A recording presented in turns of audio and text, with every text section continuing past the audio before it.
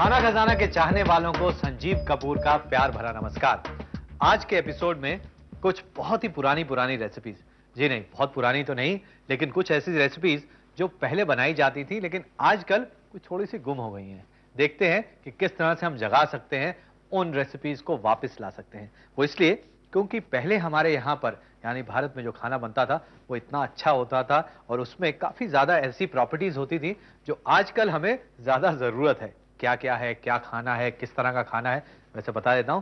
प्राचीन भारत के खाने हैं, अच्छे हैं, बहुत रिसर्च की गई है, लेकिन कंटेम्प्रेरी बनाए हैं, यानी ऐसे खाने जिसको आप आज देख सकते हैं, खा सकते हैं, खिला सकते हैं। क्या क्या रेसिपीज हैं, आज बारी है कुछ खाने ऐसे जो बहुत पुराने हैं, यानी प्राचीन भारत के खाने, एंशिएंट इंडियन फूड्स। और इसमें हमने खानों को थोड़ा सा बदला जरूर है, लेकिन काफी सारी चीजें पुरानी रखी हैं। वो इसलिए ताकि आपको स्वाद मिल सके पुराने जमाने के कुछ खानों का। ये जो डिश है पनीर से बनी है। आजकल वेजिटेरियन लोग खाना ज्यादा पसंद करते हैं। वैसे प्राचीन भारत में मांस का बहुत प्रचलन था और तरह तरह के लोग मांस खाते थे। आज वेजिटेरियन खाना सिर्फ, जी नहीं, मैं जानता हूं कि वेजिटेरियन लोग बहुत खुश होंगे, लेकिन मुझे मालूम है कि बहुत सारे ऐसे नॉन वेजिटेरियन व्यूअर्स हैं, कहते हैं कि वेजिटेरियन, सिर्फ सारा एपिसोड वेजिटेरियन का। खैर, दोनों को खुश करूंगा। शुरुआत वेजिटेरियन रेसिपी से, पनीर कलिया कैसे बनना है, इसके लिए थोड़ी सी तैयारी करनी है। प्याज ले लेते हैं, प्याज को स्लाइस करना है। ये प्याज मैंने ले लिया है और इस प्याज को हमने पकाना है घी के अंदर। और इसमें पहले थोड़ा सा गरम मसाला, छोटी इलायची, लौंग और काली मिर्च थोड़ी सी कुटी हुई, ज्यादा नहीं। खास तौर से जो इलायची है वो थोड़ी खुल जानी चाहिए। वैसे आयुर्वेद का तो सबको मालूम ही है कि उसमें जितनी दवाइयां हैं वो खाने पे काफी उसका बेस है। और उसके साथ साथ दालचीनी। अब ये मसाले अच्छे से खुशबू दे रहे हैं। अब प्याज इसके अंदर, और इसके साथ साथ कुछ और तैयारी करनी है।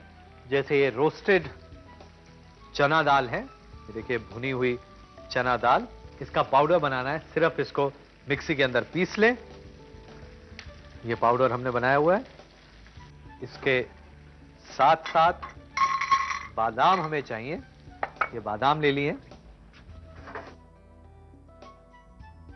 जो बादाम है, एक चीज मैं आपको बता देता हूं, इसमें प्रोटीन की मात्रा काफी ज्यादा होती है, करीब 20% तक इसमें प्रोटीन होता है। तो ये बादाम हम इस्तेमाल कर रहे हैं। लेकिन आपने देखा पानी इसमें डाला है थोड़ा गर्म करके, वो इसलिए ताकि जो इसमें छिलका है वो निकालना है।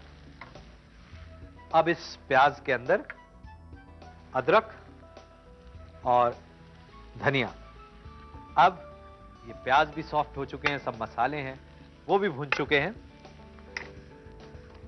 इसे बंद कर देता हूं और इसे थोड़ा ठंडा करके इसकी हमने पेस्ट बनानी है। और इसे हमने पीसना है, लेकिन पीसने से पहले कुछ और इसके अंदर हमने डालना है, और वो है नमक। ये मोटा वाला नमक,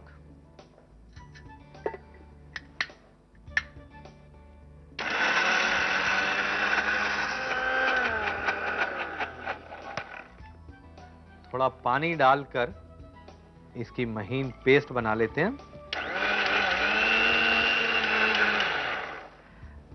अब इसकी हमने अच्छे से एकदम महीन पेस्ट तैयार कर दी है, एकदम बढ़िया पेस्ट। और ये जो बादाम है ये भी अब पक चुका है। पक चुके का मतलब ये है कि इसको थोड़ा सा धो लें। धोने का मतलब पानी निकाल लें, ठंडे पानी में डालें और इसका जो छिलका है वो आसानी से निकल जाएगा। और अब इन छिले हुए जो ब्लांच किए हुए बादाम हैं, आप उसको छीलकर उसकी पेस्ट बना लें। जिस तरह से हमने प्याज की और मसाले की पेस्ट बनाई थी, यहां पर यह बादाम की पेस्ट हमने बनाई हुई है। अब जितनी हमने तैयारी करनी थी, सब चीजें पीसनी थी, वो हमने कर ली हैं। प्याज, मसाले, रोस्टेड चना दाल आमंड पेस्ट सब तैयार हो चुका है। अब इसे पकाते हैं।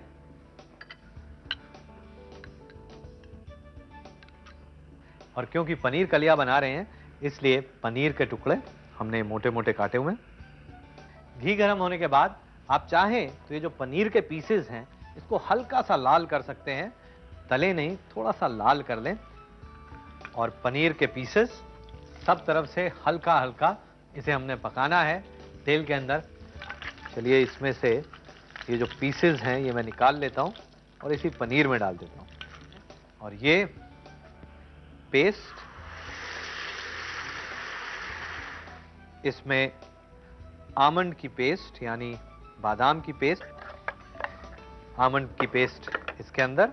जैसा कि आप देख रहे हैं इस ग्रेवी का रंग लाल नहीं है, वो इसलिए क्योंकि इसके अंदर लाल मिर्च है ही नहीं, ना टमाटर है। पहले ज़माने में टमाटर भी नहीं होते थे। और इसमें थोड़ा हल्दी पाउडर, हल्दी स्वाद तो देती है, रंग भी देती है, उसके साथ साथ मेडिसिनल प्रॉपर्टीज़ काफ़ी ज़्यादा हैं। और अब इसके अंदर थोड़ा सा भुना हुआ चना, इसमें मैंने दूध डाला है और इसे मिक्स कर लिया है। रोस्टेड चना। और अब पनीर,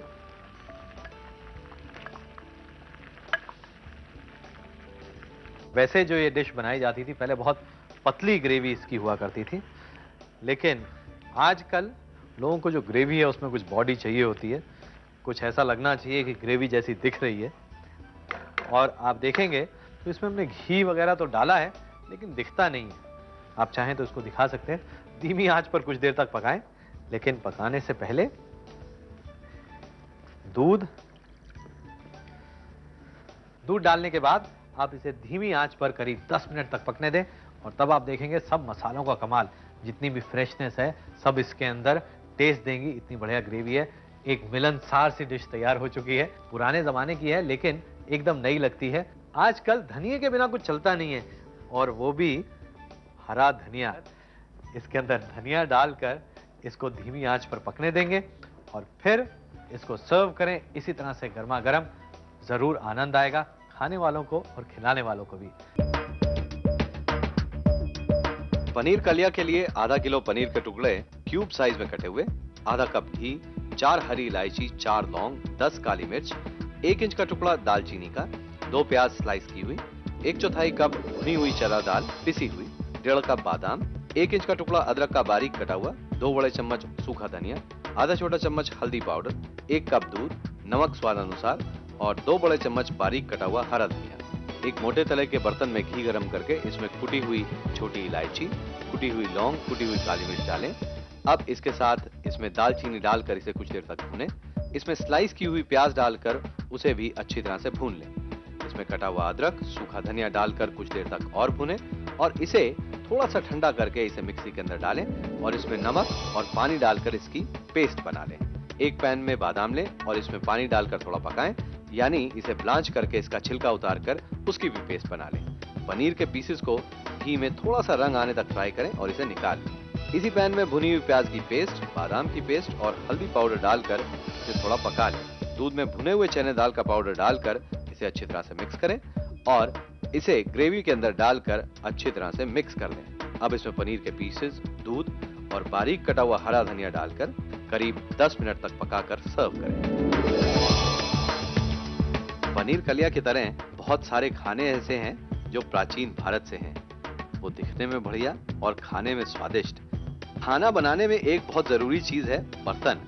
पुराने जमाने में जो बर्तन होते थे उसमें बहुत समय लगता था।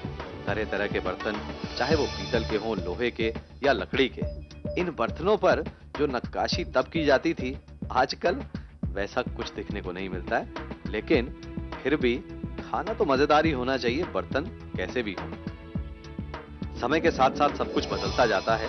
बर्तन बदलते हैं, लोग बदलते हैं, खाना बदलता है। वैसे पुराने जमाने में प्लास्टिक नहीं होता था तेल रखने के लिए। पहले तेल को लेदर यानी चमड़े के अंदर रखा जाता था। वैसे खाने का स्वाद आता है प्यार से और खाने में रंगत आती है आप कितना दिल से उसे बनाए उससे। दोबारा करते हैं।